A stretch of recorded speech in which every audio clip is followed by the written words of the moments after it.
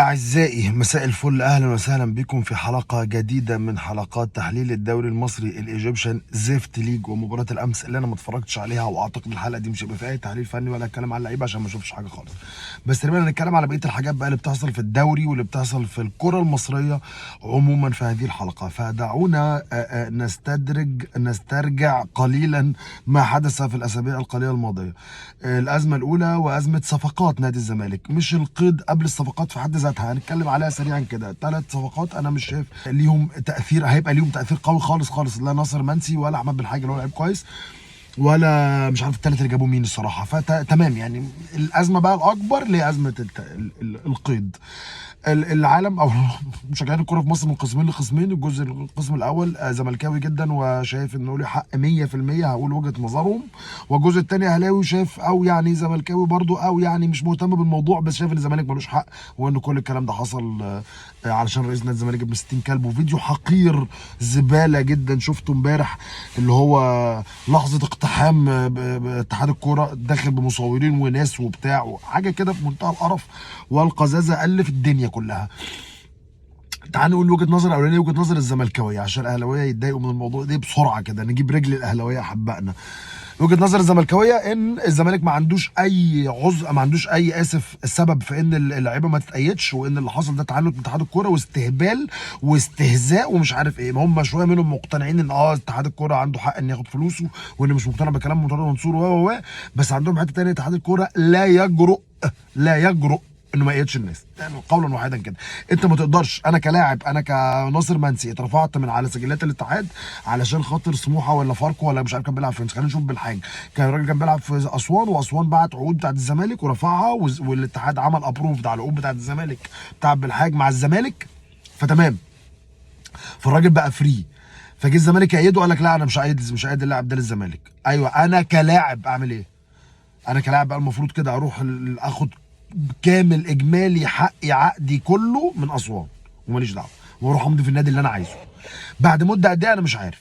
ادي رقم واحد. اتحاد الكوره كده كده غصب عنه لازم، ما ينفعش ترفع قيد نادي، دي عقوبه لازم الفيفا يقرها فانت ما انت كده كده لازم تعمل. طب اللي انت بتعمله ده عشان تجبر الزمالك انه يدفع؟ دي وجهه النظر الثانيه بقى.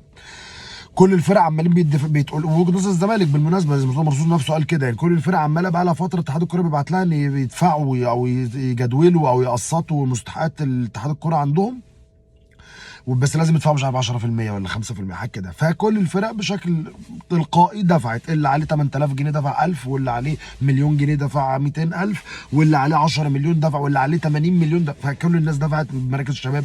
اللي ما دفعش منهم الزمالك اترفع قيد اللاعبين او ما وافقوش على قيد اللاعبين.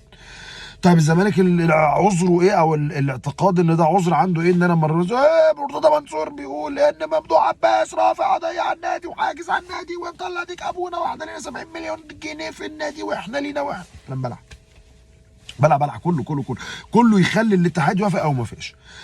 ملخص الحوار بتاع الهجمه المرتده اللي عملها امبارح مرتضى منصور، وراح دخل اقتحم الاتحاد الكوره وقعد يسب لهم الدين هناك، ان هو قال لهم 300000 جنيه 300000 دولار جاي لي من سيف الدين الجزيري عشان في كاس العالم خدوه.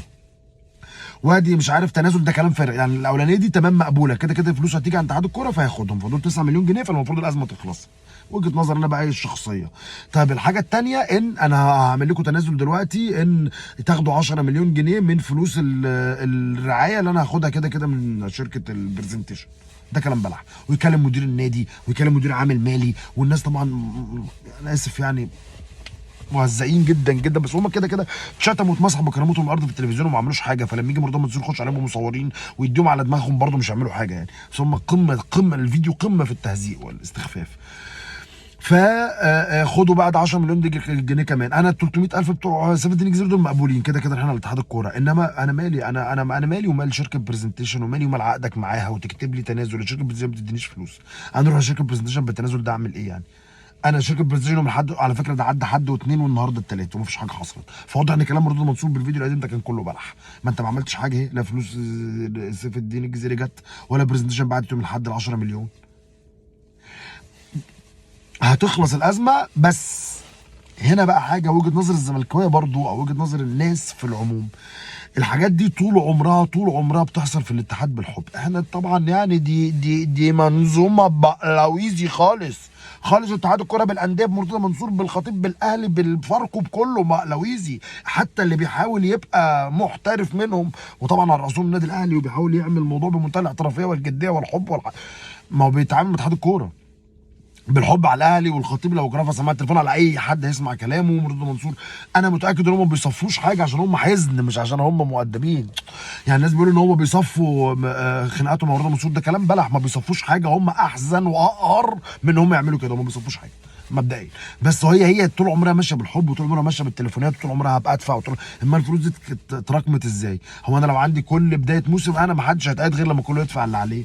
بس عشان هي كلها ببعض. اتحاد الكوره داخل في برزنتيشن اللي هي الدوله في الحكومه، في برزنتيشن الحكومه، فسياده اللواء هنا، فسياده اللواء هنا، فسياده اللواء هنا، فداير لواءات بس. انما قانونا احنا ما عندناش منظومه. احنا هنهرج احنا هنهرج. لا عندنا منظومه ولا نيله. عندنا مدير فني منتخب بيجي بقى مش عايز افتح بقى في المواضيع القديمه. بيجي بوكيل اعمال عشان يجيب اللعيبه اللي هو بيسوقهم. يا اخي بلا حزن. سلجادو قعد 3 سنين ولا قعد قد ايه خد من 15 مليون دولار مننا. بيعمل ايه هو نفسه؟ انا ما اعرفش بعمل ايه. كنت عند ناس هطل باين ولا ايه. طب الكلام ده بيحصل في قطر وفي الامارات وفي البحرين وفي السعوديه وفي حته الفلوس عندها بالزوفه. احنا مالنا؟ احنا مش لاقيين نحلق. المهم، وهذا هو الحدث الاول وازمه قيد نادي الزمالك يا عم شاكر، عشان طلبت الفيديو ده بشكل شخصي.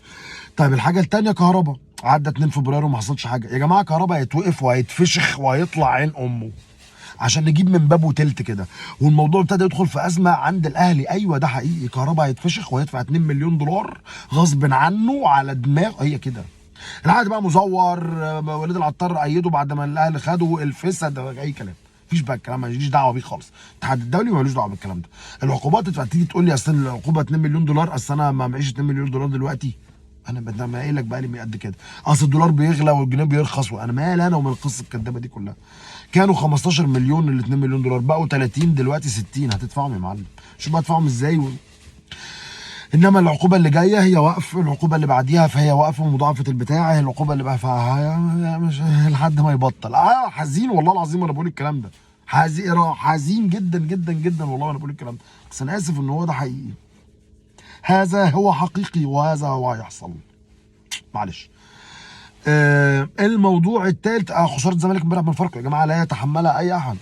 لا يتحملها اي احد. وماذا كنتم تتوقعون اذا؟ ان الماتش ما خلصش 3-0 بس. الماتش خلص 1-0 تعادلوا. طارق العشري بقى له 40 سنه بيدرب في الدوري المصري. لو كسب 4 ماتشات هو ما جابش 3 اجوان. هو اكيد مثلا كسب ماتش 1-0 وماتش 1-0 وماتش نص صفر وماتش 1-0 وماتش بانسحاب. طارق العشري ما بتجيبش جوان. هو مستغرب انا جبت 3 جوان ازاي. العيال كلها مش فاهمه في حاجه.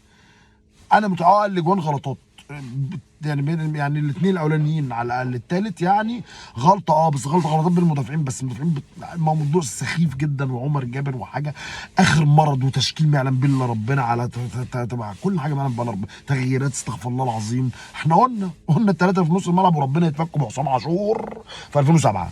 الثلاثه اللي في نص الملعب بدينا شفنا دومينيك شكله عامل ازاي وعمرو السيسي. بس شوف بقى الحاجات ده. شفتوا الولا محمود حماده؟